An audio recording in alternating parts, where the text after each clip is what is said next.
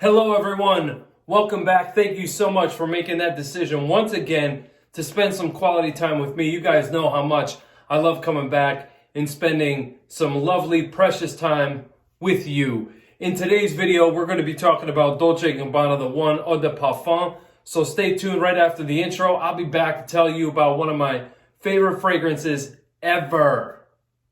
Stay tuned.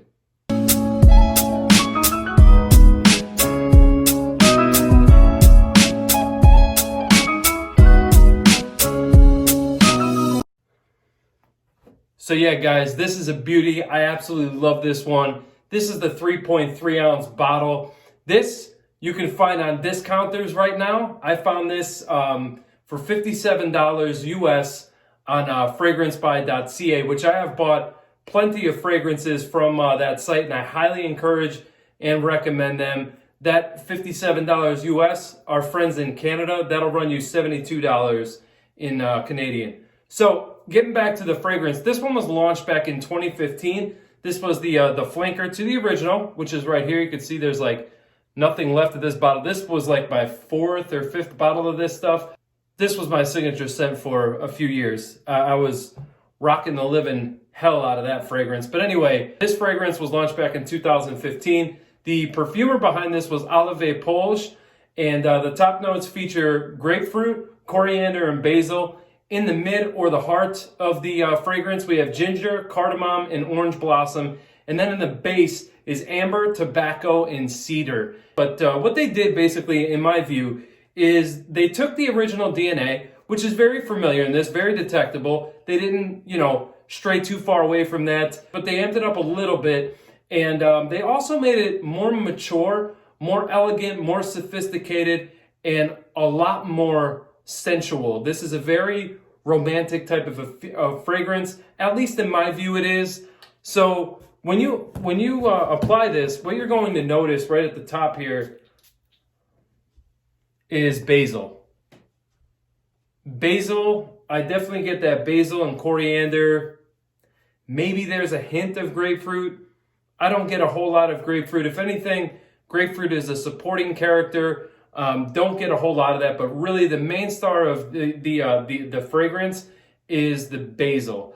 Through the opening and through the heart, and even a portion of the dry down as well. So I really do think that basil was the focal point here. Now this is classified as a woody spicy. There are some spicy elements here. I think it's more sweet, more tobacco, almost a little boozy maybe, than it is like a woody spice, but that's all right. You're left with a sweet, almost like boozy tobacco fragrance that rests on this beautiful cedarwood note. And this is gorgeous. So I said they slightly amped it up. The performance isn't as great as I would like it to be. And that's true. On skin, I get about 3 to 4 hours. I get about 6 hours on my clothes, and then it becomes a skin scent. And the projection, it doesn't really project and radiate off of you.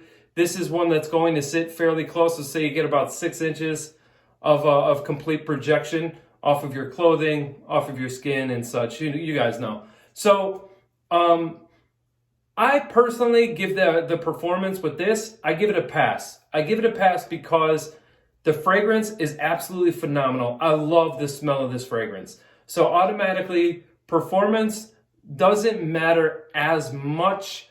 It's not where I would like it to be. For $57 for this fragrance, you can't go wrong. I'm telling you, it's absolutely gorgeous. This smells beautiful. And like I said in the recent past, I don't need fragrances to kind of do the talking. I don't need to walk into a room and to just engulf and light up the room with fragrance. I don't need it to do that all the time. The best piece of advice that I could give you with fragrances like this that are a little bit lighter in the performance categories, you just have to know your settings and know where you're going to be wearing them, and you'll be fine. For this one here, I'll give you 2 prime examples. First thing is the office. I wear this in the office consistently. Why? Because I'm around people all day long. I'm around people. So sometimes people don't want, an offensive fragrance. sometimes I push the envelope, you know. But this is perfect for the fragrance because it's just like what I had said about Tuxedo. The same thing goes for this fragrance here. It's not one of those invasive fragrances that could be a little bit off-putting or anything like that. And like I said, it's not overly strong. So that plays into a benefit too. The best time though, in my opinion, to wear this is a romantic setting. When you are going out on a date with a loved one or whatever have you, when you're in a romantic setting, this is perfect. You're not going to be out to dinner for 4 to 5 hours. You know, you're going to go grab your dinner and then probably come back to the house and hang out for a bit. So you don't need a fragrance, or you don't really necessarily need to apply a fragrance that's $300 or $400 that you're only going to wear outside for, 2 hours or 3 hours and then come back home. So that is a perfect time to grab this fragrance. So it's all about, just learning the fragrance, understanding it, and then knowing when to apply, how to apply it, and all that kind of stuff. So overall, I do enjoy this. I do love this. Obviously, you guys heard 4 or 5 bottles of the original. I love this one too. Like I said, this is a little bit more mature. So if somebody was going to say to me, hey, I have a 20-year-old son, these are the fragrances I was thinking of, what should I get him? I would say this. If you have this is definitely more masculine leaning. If you said 25 and up, I would say this one right here. This one is a little bit more mature. Like I had said previously, you can dress it up. This isn't really one that I guess you could wear it casually. I mean, you guys wear your fragrances how you want. Like I say, I'm just here to give you my thoughts, my opinion.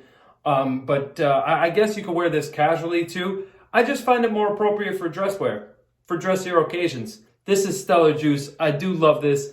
I will be back with you guys soon. So until next time, love each other, take care of each other, be kind to each other, respect one another. And hey, did you make somebody smile today? I would love to know if you did, and I would love to know what the reaction was like, and if they were infected by your smile, which means they smiled back at you, because laughter and smiling is contagious. Until next time, guys, I love you all straight from the heart. You know I do. I'll see you soon. Peace.